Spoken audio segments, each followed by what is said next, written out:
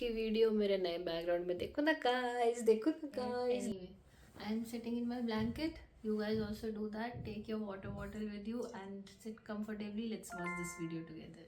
Okay, disclaimer, the video is going to be spoiler free because these are all the books that I have not read. So I'll just give you a gist of what these books are about, and in case you are trying to build up a TBR for the year, you can pick one or two from here or maybe follow along every book. I'll also post reviews of these once I finish it, and my reviews are not regular reviews, like I'm not doing that literary reviews. I want my reviews to be fun so that people who are trying to get into reading, are trying to try a new genre, or just want to get back to reading like I did, these reviews will help you. That's the kind of narrative I'm aiming for in my videos. Let's talk about my TBR for 2026. I have a few of them with me right now, and the rest I will be purchasing. So let's go through them one by one, and which I'm gonna start with is Counterattacks at 30 by Won Pyung Sean. Oh my god. I actually hate the Latinization of Korean language because it's sometimes so off, and I got to know this only after I started learning Korean. The book is about office politics. A few of them combine together in the minor protests again who are in superior authority positions. So it's a fun read is what I've heard. And when I was purchasing this, I actually read a snippet from a note on the translation. Readers will be forgiven for thinking that two different authors wrote Almond and Counterattacks at 30, because if you have read Almond, you know how deep it is. It is about a neurodivergent boy who struggles to feel emotions, whereas Counterattack at 30 is a totally different book. So let's see what this will bring, and this is going to be my first read for this year because I have just finished 1984 and I want something light. I thought I'll start with Stationery Shop of Tehran, considering I have read like 25 pages of this, which is by Marjan Kamali. I'm sorry, I don't know the pronunciation. This is an Iranian author, and I have not read Middle Eastern books, I think. The most I have reached is Afghanistan, but beyond that, I have not read. Other book in my TBR, which is, I keep forgetting the name. As Long as the Lemon Tree Grows, I think that is Syrian author. So I have a little more influence of Middle Eastern books this time. So this one is a quite literary romance where there is violence and chaos in the background. And I picked this last year because I wanted it for a challenge where we had to read a romance book. And I'm not really into cheesy or young adult romances anymore, which I enjoyed so much as a kid. John Green, my favorite, but yeah, not really hitting the spot anymore at this age. So, at this age, I say, I'm young. So, I like asked a few people or looked around like what could be a book where romance is a subplot, where it's like not on your face kind of romance, but it is still there. So this is what I picked up. So I use the app Storygraph for everything actually, and anything book related, my TBR, my current reading, and to figure out or find new books. Everything is on Storygraph. As Long as the Lemon Trees Grow is going to be my third book of the year, which is Zulfa Kato. How I choose books is like, if I come across a book, and how I decide is if I want to read it or not is, number one, I go to Storygraph, I read the personalized paragraph of it, and it is always so accurate, and it calls me out so many times for reading dark stuff. Because I have put out some reviews on the Storygraph, it has understood from that data and ratings and reviews that I give what kind of books I'll prefer. So the personalized one really helps me understand if I want to pick up book of this space, this setting, this mood, and anything. And I also read the description a bit, not too much, so that it will spoil me of what is going to happen in the story. So this is an intimate contemporary story centered on the agony of staying when everything burns. It is actually around the Syrian revolution, and I don't really know a lot about this book. I have heard really good stuff about it, so I put it in my TBR. And the cover is so pretty. And this book was so difficult to find. None of the crossword outlets had it. I could not find it online on Amazon. Some reason it was showing me a random cover of the book, so I thought I'll order it from my friend's account. But then there was a street side stall of books and the man had this book, so yeah, I got it. I think it's second hand and all, but my next book is going to be Yellowface. I am so excited to start it. I really wanted to read it last year, but some books last year took so much time. This is R.F. Kuang's book. Other books by her are a little difficult, I think. Like, I've just heard about her, and her writing style is very different from what I have read so far. My friend suggested that if I want to start her books, I should start with Yellowface. It's a good entry level book for her writing. It is a dark book and talks about cultural appropriation, hunger for literary fame, people lying who they are to be someone famous, which is so real in every industry. And according to the personalized section of Storygraph, your recent readings have gravitated towards works that dissect post colonial power dynamics and cultural identity, such as the fast, challenging narrative about malaria. This is Machliwala book. And colonialism, and emotionally resonant stories about women's experiences in India. This has been my major theme this past year. I actually wanted to pick this up first because I wanted to do a read along with my friend who suggested me this one. But yeah, I want to start the year light. I remember in my previous video I said I want to start with A Thousand Splendid Suns, but we are not doing that.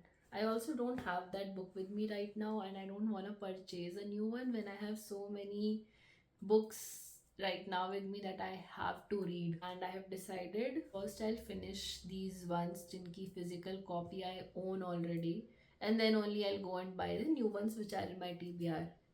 It is in my TBR. Okay, let's talk about that only. A Thousand Splendid Suns by Khalid Hosseini. I don't think I need to say a lot about the books by Khalid Hosseini. You know what's about to come, what's going to happen. You know that. After that, I have the book Days at Morisaki Bookshop by Satoshi Yagisawa. Reminds me of that song. So this book was not in my TBR actually. See, this is still packed also in plastic because I got it from my bestie for Secret Santa. And she said that once I finish it, she'll also read it. I think this is gonna be a very light read. So I'll use it as a palette cleanser between maybe Stationery Shop of Tehran and Yellowface or anything. If I feel is heavy, I'll use it as a palette cleanser. I actually have no idea. I just think it's something about people visiting the bookshop or the owner of that bookshop or it's closing down. For all I know, it could be a very sad book. I have heard about this one again a lot. All these cozy bookshop books suddenly popped up so much on my Instagram. So yeah, we'll see how this one is. After this, I have four heavy books. Okay, one will be non-fiction. So I know I have Ladies Doctor back in my home in Bangalore, which is about the first woman doctor of India. But I also want to go and see which other non-fiction books I have there, and then I'll pick and decide which one I want to read this year. I just thought it's not recording. Then the next three that I have are To Kill a Mockingbird by Harper Lee, The Bell Jar by Sylvia Plath, and one book of Jane Austen. To Kill a Mockingbird, I have tried reading it when I was in college and somehow I could never go past the first page. So this time last year I took the book, I picked it up and I read two pages and I could feel it flowing. Few years back I was not really into this genre, but right now I had a certain change in my brain activity, so I'm enjoying these books. So I thought I can try reading To Kill a Mockingbird this year. So it's in my TBR. We'll see how far I go or how slow I go, because that also I realized, if the books get lengthy or there aren't enough paragraph breaks, I tend to stretch them out for so long. Happened with the Calcutta Chromosome and 1984. Next, I have the Bell Jar by Sylvia Plath. I really hope I'm not butchering any of the names. I have a very bad idea of how the names are or should be pronounced. It's too bad. So Sylvia Plath is also a complicated read, is what I've heard, and she's a girl's girl, I guess. This is what I know from the memes on the Instagram. Okay, I am going to accept that I don't know a lot about Plath's writing, but whenever I have read a few quotes or snippets here and there, I have always felt something with her work. So again, I figured out that Bell Jar is a entry level book to her writing. So I thought I'll start with it. It is an intimate literary fiction centered on the suffocating descent into psychic claustrophobia. Sometimes the personalized section calls you out so bad, like, you know, you crave this gore and death and all of that. I'm like, I don't crave it, bro. It just gives you heavy emotions to feel and deal with. First line. Your recent reading shows a strong interest in dark, reflective narratives centered on the woman's experiences and mental health struggles, which align closely with the core of this novel. So consider if you want another heavy read or not. Storygraph, I am considering. I'm excited. I'm very excited to read this. Also, I'm looking for a hardcover of the Bell Jar, and I found one on Amazon, but the reviews said that the editor has not done a really good job. There's grammatical errors? What? And there's also missing pages, I think, like.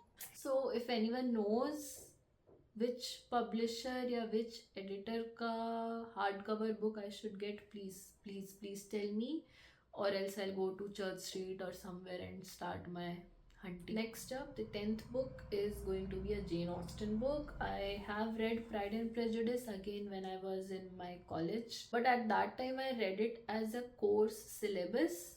So when something becomes syllabus for exam, all the fun just goes out of it. So, the only thing I enjoyed reading a lot in my college days were the plays, dramas, and that too I would go on YouTube and watch because a theatre thing is supposed to be watched, not read. And I also enjoyed a few Aboriginal books and South African writings. I think I'll incorporate those from next year. So, a book of Jane Austen. I am not sure which one to start yet. I just know I want to try Jane Austen. Again, she is going to be a very slow read for me, so I'll keep it parallel with some other book. Maybe I'll just read her teenage writings this year, which are available online on websites and for free.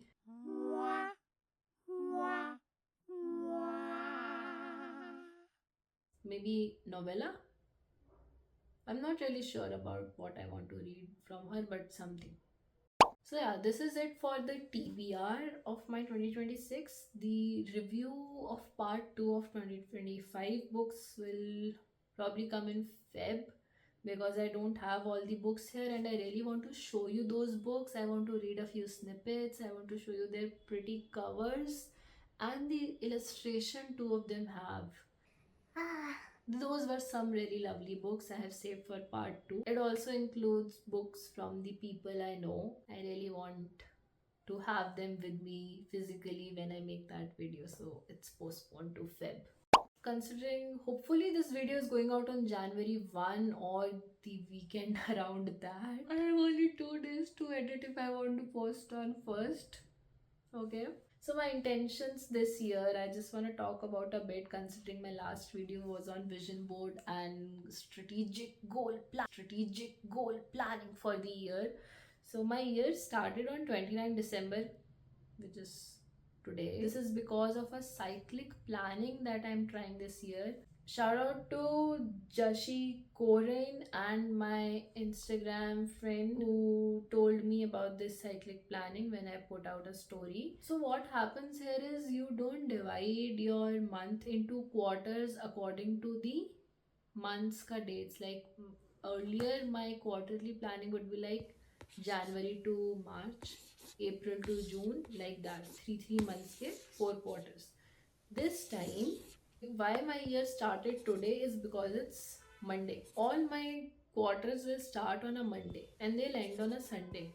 So there are 3 very helpful videos that I watched from this creator. She explains this so well and it helps, you know, because sometimes the month ends on a random Thursday and I'm not ready to reset. Like the quarter is ending on a Thursday and I'm not ready to reset. Maybe I need the weekend for a reset. So here, your 12 weeks, the last day will be Sunday, and then you have a 13th week, which will be your complete reset and recover kind of week. So I have a whole week to plan for the next quarter, which makes so much sense. Every time the first quarter goes well, because I plan things in December throughout. I give it enough time and effort and I put things out mindfully. Whereas for the next quarters, it's just like 2 days mein I'm rushing and like planning ye bhi karna, wo bhi karna, and then it fails a bit. Whole 1 week where I'll get time to plan everything, maybe clean up my desk and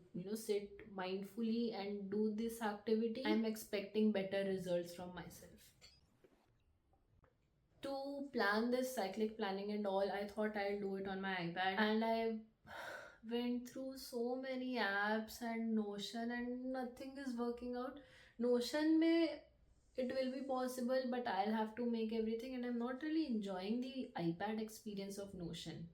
Like all my video content, calendar, and everything is on Notion, which I access from the iPad, but it's a template that I use. For this journaling and planning, I'll have to create it myself, and I don't really want to do that. The already available ones are not nice. The AI Builder tool, I tried it, but didn't really help my case. So I'm thinking to buy a planner this year, and if I have to, I should like place the order now because it takes time for stuff to reach here in Jamshedpur. I want a good planner for a good price. I have a few ads that I'm getting. Maybe by the time video is out, I have ordered something and you'll see it in my next video. So yeah, this is what it is. I don't think I'm gonna travel in the first half of this year because I'm in recovery mode of my health and everything. I really wanted to go to Binale, which happens in Fort Kochi, Kerala. I went there the previous time. I think it happens every 2 years. So if it's happening this year, it won't happen next year, something like that. And I wanted to cover it and vlog because I really enjoyed it the first time I went. But this bar I cannot go because you have to walk a lot, and my pyara knee is not ready for that walking yet. So I'll be skipping it this time. पूरी video एक ही जगह बैठे बैठे बनाएंगे because it's too cold to be out of the blanket and figure out angles and directions and light and everything. Like, this is winter, guys. रजाई में बनेगी video. और कुछ बोलना था क्या? Bye bye. Make sure to read more and like, share, subscribe this video and channel, and so that I can buy more books this year. Bye bye.